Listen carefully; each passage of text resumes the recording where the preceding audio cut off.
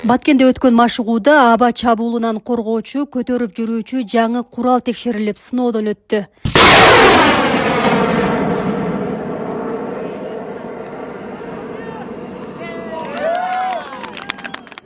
Жаңы алынган курал эскилерине салыштырмалуу бардык көрсөткүчтөр боюнча алдыда турат. Бул аба чабуулунан коргонууга жакшы шарт түзөт.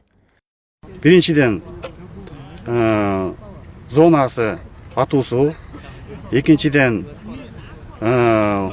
учуп жүргөн азыркы колдонуп жаткан бардык буталарды, ошондой эле дрондорду, ошо аскерде азыр колдонуп жаткан ошолорго каршы колдоо мүмкүнчүлүгү мурунку куралдарга караганда өтө жогорураак. Согушка!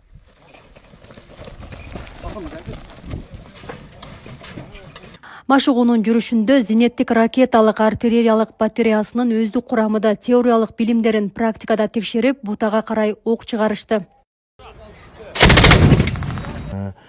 Ар бир аскер бөлүктөрдө теориялык окутуу иш-чаралардын практика жүзүндө аяктап жатабыз. Бул бизде жылына өткөрүлүп турган жыйын. Бул жыйында алгачкы именно аскер аспан чабуулунан коргоо адистери дайындалып чыгат.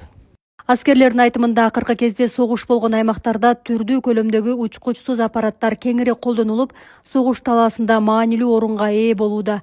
Андыктан аба чабуулунан коргонуу боюнча өткөн машыгууда бардык жагдайлар эске алынган. Даярдык азыр өтө жакшы. Бизди даярдык чогуу чек ара кызматынын куралдаштарыбыз менен чогуу өтүүдөбүз. Буюрса, ок атуулар жалаң 5 деген бааларга өтөт деп ойдойбуз. Ал эми бул күжүрмөн техниканы аскерлер асман көзү деп атап коюшат. Анткени ушул техниканын жардамы менен асмандагы түрдүү объектини аныктап, душмандын чабуулун алдын алып жок кылууга болот. Бул жапыз учкан аба мейкиндиктеги тиг учактар жана Су-27 деген истребитель учактарын кармап коштой алат күчкө ээ.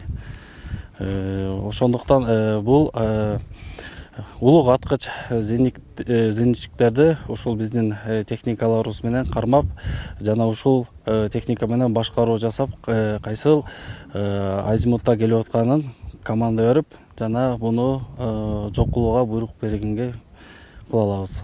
Белгилеп өтсөк, аскер аба чабуулунан коргонуу боюнча машыгуу Коргоо министрлиги менен чек ара кызматынын аскерлери ортосунда өтүп, машыгууда жаңыланган курал-жарактар колдонулду.